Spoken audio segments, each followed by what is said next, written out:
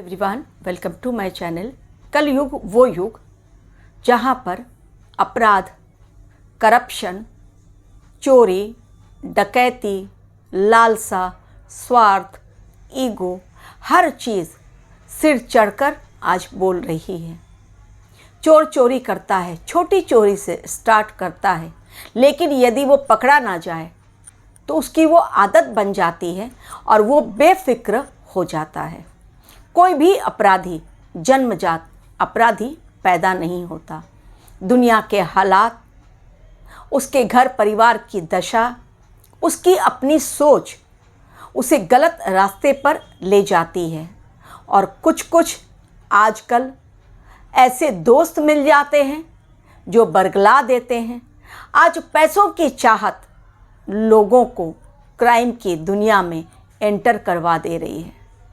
आज लोग ड्रग्स के शिकार हो रहे हैं।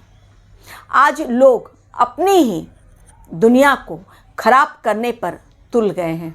आज लोग अपने ही देश में रहकर अपने ही देश की नींव खोखली कर रहे हैं। लेकिन कोई कितना भी बड़ा शातिर अपराधी क्यों ना हो, कहीं पर भी छिपा हो दुनिया के किसी भी कोने में, और चाहे उसने जितनी मजबूती से अपने चेहरे पर लगा चुका होगा वो नकाब जिसके पीछे उसका काला चेहरा छिपा हो, यकीन मानिए ऐसे शातिर अपराधी, खूनी और करप्शन में लिप्त ऐसे लोग जो जन्मजात अपराधी नहीं थे, लेकिन इस दुनिया में आकर स्वार्थ और लालच के कारण रातों रात अरबपति बनने की चाहत जब उन्होंने अपने जीवन में उसे शामिल कर लिया, तब भले ही वो दुनिया के किसी भी कोने में छिप जाएं, आज उन्हें लग रहा होगा कि कोई उन्हें पकड़ नहीं पा रहा है।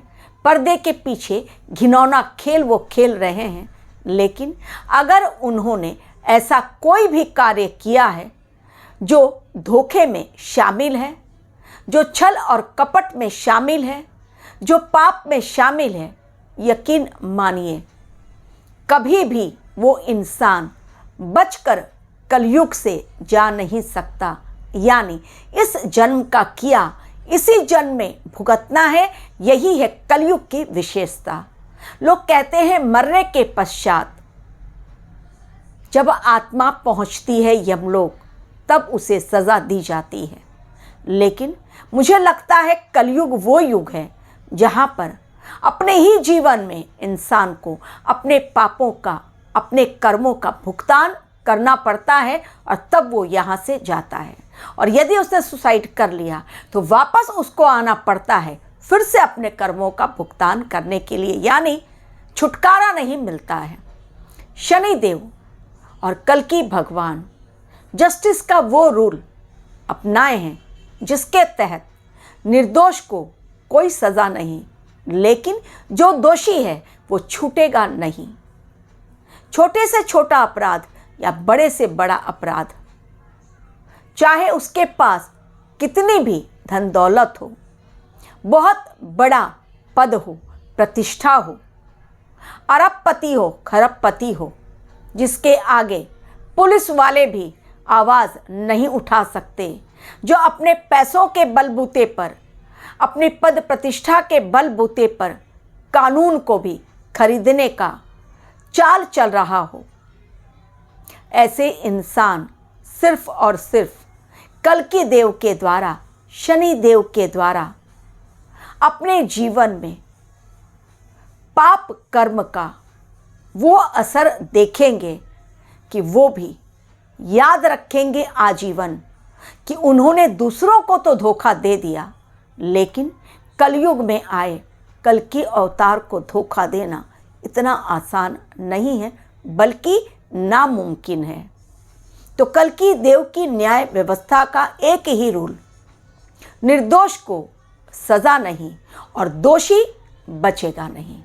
कहीं पर भी रहे, आज नीरव मोदी, विजय माल्या और दाऊद इब्राहिम अपने ही देश को लूटकर भाग चुके हैं और आज भी क्राइम में लिप्त हैं और उन्हें लगता है कि कोई उनका बाल बाका नहीं कर सकता।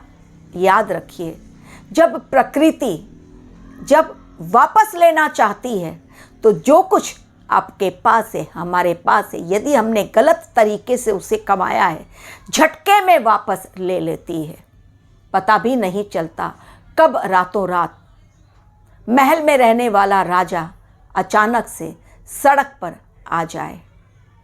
तो धूल से फूल खिला सकते हैं कल्कि अवतार, और फूल को शूल भी बना सकते हैं कल्कि अवतार।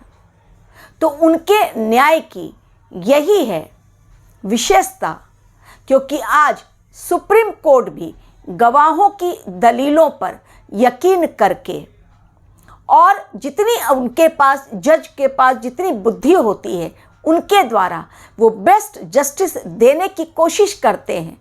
लेकिन कहीं ना कहीं, कभी ना कभी ऐसे लोग भी शिकार बन जाते हैं न्याय व्यवस्था का, जो सालों साल जेल में रहने के पश्चात अचानक से सुप्रीम कोर्ट ये फैसला सुनाता है कि गलती हो गई। जो इंसान इतने वर्षों तक जेल में रहा, वास्तव में उसने तो कोई गुनाह ही नहीं किया था, लेकिन ये सब साबित होते होते बहुत सारे वक्त उसे जेल में बिताना पड़ता है। क्योंकि हम जो देख रहे हैं, जो सुन रहे हैं, उसी पर विश्वास करते हैं, नहीं जान पाते हैं वास्तव में कि सत्य क्या है। लेकिन कल्कि देव जो सत्यता की मूर्ति हैं, पवित्रता की मूर्ति हैं, उनके सामने हर झूठ का पर्दाफाश सेकंड में हो जाता है, या यूं कहिए सेकंड से भी कम समय में। उन्हें पता है कि कौन सत्य बोल रहा है और कौन झूठ बोल रहा है। तो अब तक बहुत सारे लोग ऐसे हैं जो दोषी हैं, लेकिन कानून से अपने पैसों के बलबूते पर, अपनी पावर के बलबूते पर अपने आप को बचाए हुए हैं। और ऐसे लोग जो बिना मेहनत के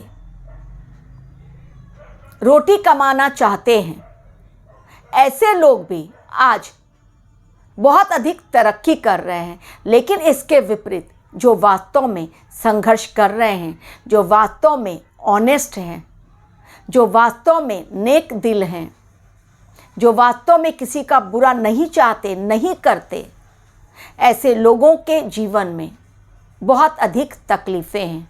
और लोग पूछते हैं कि जो सत्य है, जो अच्छा है, जो नेक दिल है, क्यों उसके जीवन में भगवान इतनी अधिक तकलीफ़ें ला रहे हैं, और जो बुराइयां कर रहा है उसकी तो लगातार उन्नति हो रही है। आज उन्नति हो रही है, लेकिन ऊपर जाते हुए कब उसकी सीढ़ी कल्कि अवतार के द्वारा, शनि भगवान के द्वारा खींच ली जाएगी, ये शायद उसे भी नहीं पता।